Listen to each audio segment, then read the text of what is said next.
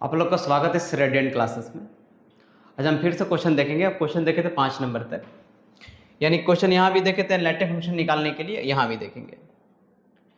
Question number 6 में बोला गया कि आपके पास so that the function u x y equal to e के power x into cos y is harmonic, determine the harmonic conjugate v x y and analytic function. आपके पास केवल वी निकालना है। वी कैसे निकालते हैं अब दिखाते हैं। वी कैसे निकालते हैं, केवल वी पार्ट को निकालने के लिए इमेजनरी पार्ट को कैसे कंस्ट्रक्ट करते हैं इसकी चर्चा करते हैं। जब यहां ध्यान देंगे कि v के बारे में, दिस इंप्लाइज दैट सॉल्यूशन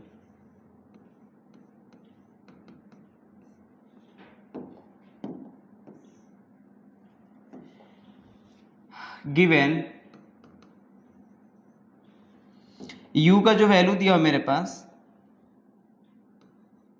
वो e के पावर x इंटू में कॉस वाई है। Equation number first.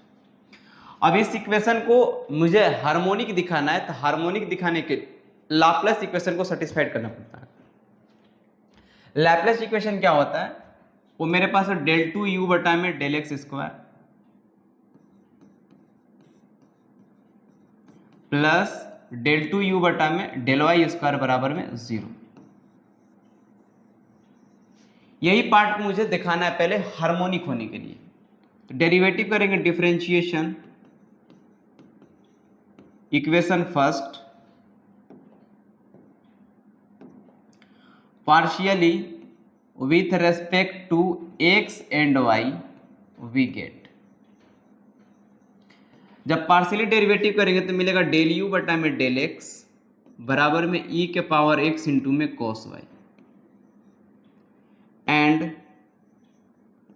Del U बटा में डेल वाई जो मिलेगा वो मिलेगा ई के पावर एक्स इंटू में साइन वाई। क्योंकि यहां पर करेंगे तो ई के पावर एक्स तो कॉन्स्टेंट से ट्रीट करेगा, जो कॉस वाई का करेंगे तो मिलेगा मेरे पास साइन वाई, लेकिन माइनस साइन के साथ। इक्वेशन नंबर क्या मिलेगा, सेकंड। इक्वेशन नंबर मेरे पास क्या मिल गया, थर्ड। अब इस इक्वेशन को करेंगे कितना, मुझे एक्स के रेस्पेक्ट में सेकंड को करेंगे और वाई को किसके रेस्पेक्ट में करेंगे, सॉरी थर्ड को करेंगे वाई के रेस्पेक्ट में। डिफरेंशिएशन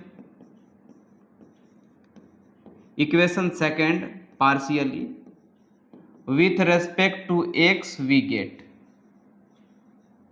यहां मिलेगा डेल टू यू बटा में डेल एक्स स्क्वायर बराबर मिलेगा ई के पावर एक्स इंटू में कॉस वाई।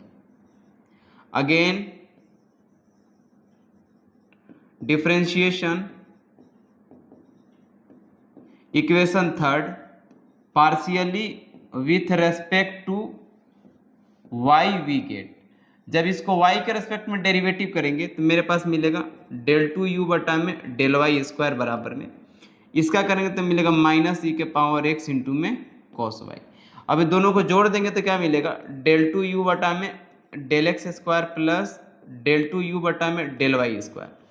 जब इस पार्ट को जब जोड़ेंगे तो मेरे पास क्या मिलने वाला, देखिए तो जुड़ने के बाद क्या मिलेगा, दोनों को जीरो हो जाएगा, बराबर क्या मिलेगा, zero. This implies that u is harmonic function. Harmonic function एक पार्ट तो शो कर दे कि मेरे पास क्या हो गया, हार्मोनिक फंक्शन हो गया। अब हार्मोनिक फंक्शन होने के बाद मुझे अब डेरिवेटिव निकालना है, तो नाउ जो डेल वी बटा में डेल एक्स का जो वैल्यू होता है वो क्या होता है, डेल यू बटा में डेल वाई माइनस साइन के साथ। ये बात क्लियर हो गई यहां से कि डेल वी बटा में del X, C R equation से क्या होता है, डेल वी बटा में डेल वाई। और इसका जो वैल्यू है मेरे पास डेल वी बटा में डेल एक्स का जो वैल्यू मेरे पास मिलेगा, डेल वी बटा में डेल वाई की वैल्यू माइनस है, यहाँ पे माइनस क्या हो गया प्लस ई के पावर एक्स इंटू में साइन वाई।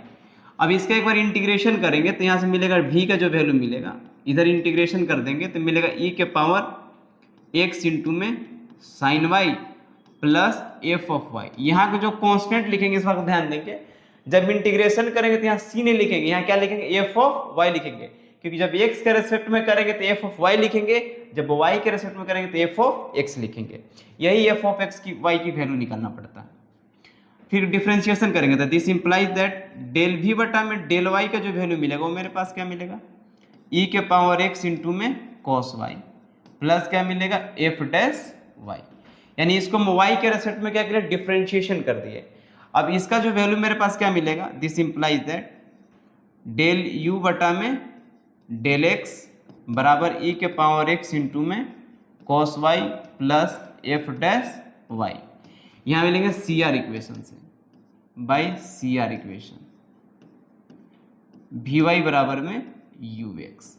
अब डेल यू बटा में डेल एक्स का वैल्यू मेरे पास क्या ये वाला चीज है, दिस इंप्लाइज दैट तो ई के पावर एक्स इंटू में कॉस वाई बराबर में ई के पावर एक्स इंटू में cos Y plus F dash Y, this implies that इस वैल्यू को यहाँ ला लीजिए तो मिलेगा एफ डैश वाई का वैल्यू क्या मिलेगा 0, तो this implies that F of Y का क्या मिलेगा मेरे पास सी, यानी इसका डेरिवेटिव 0 है तो क्या फंक्शन क्या कांस्टेंट है, सी मेरे पास क्या है कांस्टेंट है। इस वैल्यू को ले जाके यहाँ रख दीजिए इक्वेशन नंबर 4 में, putting the value of f of y in 4, तो जो v का वैल्यू मिलेगा वो मिलेगा e के पावर x इंटू में साइन वाई प्लस सी। इस तरह से अगर सोल्यूशन को हम लोग निकाला करते हैं, यानी जब भी आपके पास कंजुगेट निकालना हो तो क्या करेंगे, यहाँ पे पहली कंडीशन आपके पास ये तो हार्मोनिक दिखाती है, जब भी आपके बोलो तो डेल वी बटा में डेल एक्स के वैल्यू निकालेंगे, इसको एक्स के रेस्पेक्ट में इंटीग्रेशन करेंगे, जैसे आप इंटीग्रेशन करेंगे तो ये फंक्शन मिलेगा आपके पास, उसको एफ ऑफ वाई कांस्टेंट लिखिएगा, फिर इसको v को y के रेस्पेक्ट में कीजिएगा और डेल वी बटा में डेल एक्स को सी आर इक्वेशन से डेल यू बटा में डेल एक्स, इसका वैल्यू तो मालूम नहीं है लेकिन इसका वैल्यू मालूम है, यहाँ देखिए इसको सी आर इक्वेशन से कन्वर्ट कर लेंगे, कन्वर्ट कर वैल्यू निकालेंगे, फिर एफ ऑफ वाई का जो वैल्यू मिलेगा इक्वेशन नंबर 4 में ले जाकर रख देंगे, आपके पास भी मिल जाएगा। इस तरह से सॉल्यूशन को हम लोग निकाला करते हैं, इसका स्क्रीनशॉट ले लीजिए। नेक्स्ट क्वेश्चन देखते हैं यहाँ पे so that the function f z root under x plus y का modulus is not analytic at origin through the Cauchy Riemann equation are satisfied. बोला कि फंक्शन जो आपके पास है वो सी आर इक्वेशन को सेटिस्फाइड कर रहा है, बस एनालिटिक नहीं है। एनालिटिक नहीं कहने का मतलब क्या, उसके उस पॉइंट पर डिफरेंशिएबल नहीं होगा function, C R equation satisfied करने के साथ उस पॉइंट पर डिफरेंशिएबल होगा तो बोलेंगे फंक्शन क्या आपके पास एनालिटिक है। आइए हम लोग स्टार्ट करते हैं यहाँ से solution. Given F of Z का जो वैल्यू मेरे पास है वो रूट अंडर एक्स वाई है, तो this implies that F of Z का जो वैल्यू मिलेगा अंडर रूट का मॉडुलस कि एक्स वाई का मॉडुलस प्लस आई इंटू में 0। हेयर यू एक्स वाई का जो वैल्यू है मेरे पास वो क्या है अंडर रूट का मॉडुलस एक्स वाई, और जो v का वैल्यू है एंड वी एक्स वाई का जो वैल्यू है वो मेरे पास क्या 0 है। नाउ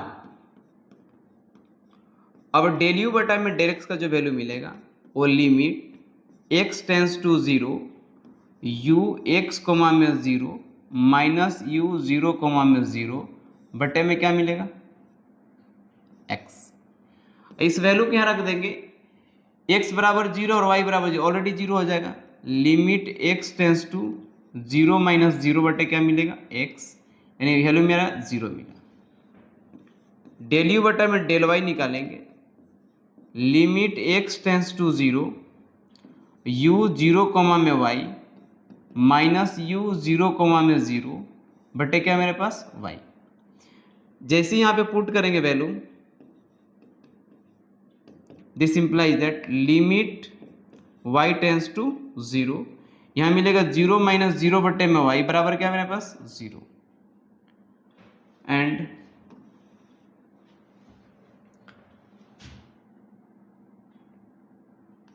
डेल v बटा में डेल x निकालेंगे, limit x tends to 0 del v x comma में 0 माइनस v 0 कोमा में 0 बटे क्या मिलेगा x, v के वैल्यू ऑलरेडी 0 है, limit x tends to 0 0 minus 0 बटे में x क्या मिल गया 0, एंड डेल v बटा में डेल y निकालेंगे, limit y tends to 0 v 0 comma में y माइनस v 0 कोमा में 0 बटे क्या मिल गया y।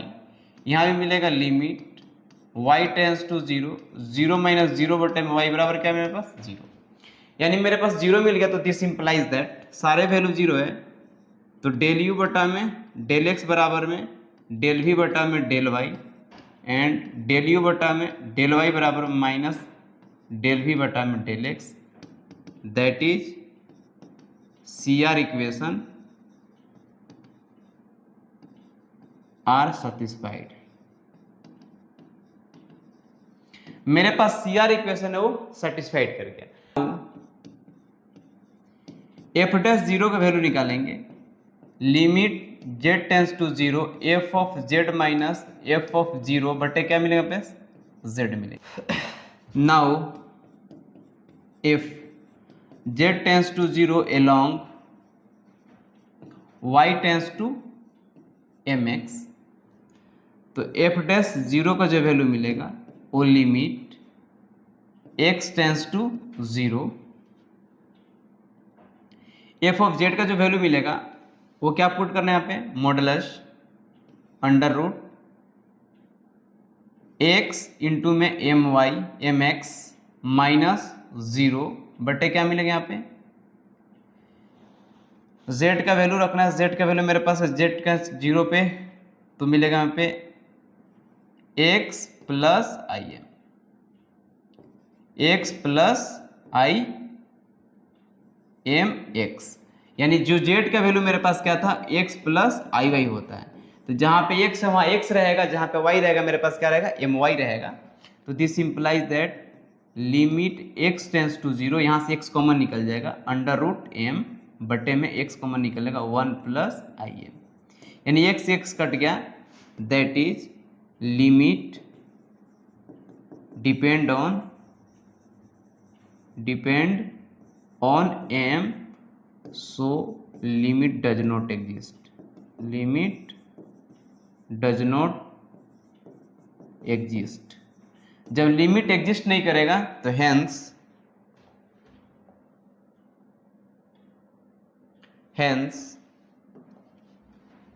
तो this imply that F of z बराबर under root x plus y का मॉडुलस इज नॉट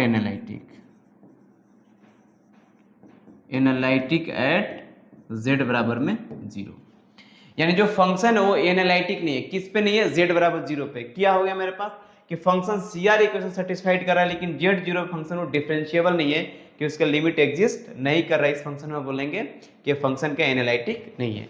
चलिए इस वीडियो को देखिए, एंजॉय कीजिए और मिलते हैं हम लोग नेक्स्ट वीडियो।